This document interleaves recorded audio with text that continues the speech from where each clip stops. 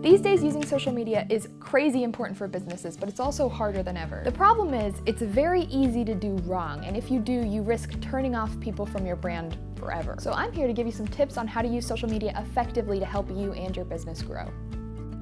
First of all, you have to be real. Everybody's looking for a connection nowadays. If you present yourself as a faceless, soulless corporation, you're just not gonna appeal to people on social media. You just gotta be a person, just be open and authentic. It's not that hard, I promise. A really good example of this genuine presence on social media is Letterfolk. They're a little family-owned decor company with about 300,000 followers on Instagram. They promote their products all the time on there, but they do it in a really fun and genuine way. They also share a bunch of pictures of their family and they just talk to their audience. All people want is some voice behind the brand. It's hard to trust something that feels really big businessy, and by showing them that you're a human too, it builds trust and loyalty. Another way to show that you're not just a soulless corporation is by speaking up for social issues. Dove has a great example of this with their self-esteem project. It's centered around building up young people's self-esteem. It's not controversial, it's really not that hard, it's just showing people that you're real and you care.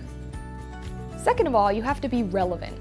Why should people pay attention to you? Attention is something that you have to earn. You need to add something to people's life. So there's a lot of different directions you can go with this. My personal favorite are entertainment, education, or exclusive deals. It just depends on what works best for your brand. Entertainment is fantastic because it's pretty easy and it's real effective, but it can also be done really poorly, so you have to be careful. Two of my favorite examples of entertaining brands on social media are Pop-tarts and Wendy's. Now, my favorite part is that they're not inherently entertaining brands, they're both food products. But somehow it works so well. Wendy's currently has 3 million Twitter followers. That is an insane amount of just free marketing that they get every single day. What do they do to earn this?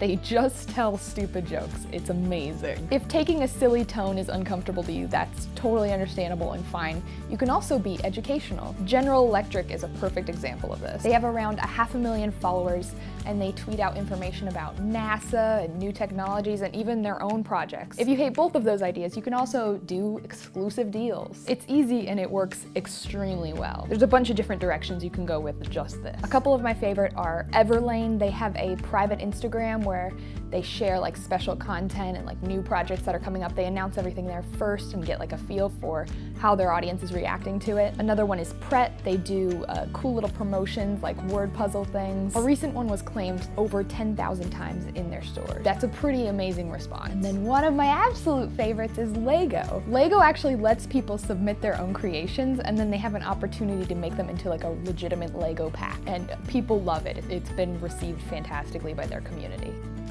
Now that we've gone over some positives, let's go over some super negative things. Don't ever talk down to your audience. I know people on the internet can give off the impression that they're the actual dumbest, but I like to think, at least, that that's just a loud minority. It's not most of the people on the internet. In general, people know when you're speaking down to them. If you want to see about 1 billion examples of this, there's a whole subreddit for it called Fellow Kids. It's fantastic. There's a very real reason why Hillary Clinton did not appeal to a younger audience. She tried to dab at us. Don't do that.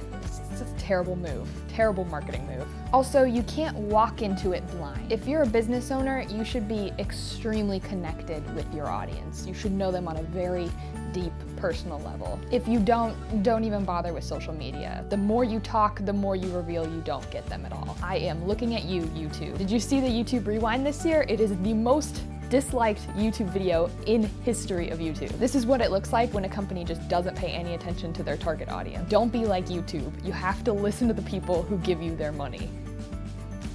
And that is all I have for you today. I hope you learned something and you should go use social media. It's free, it's great to do.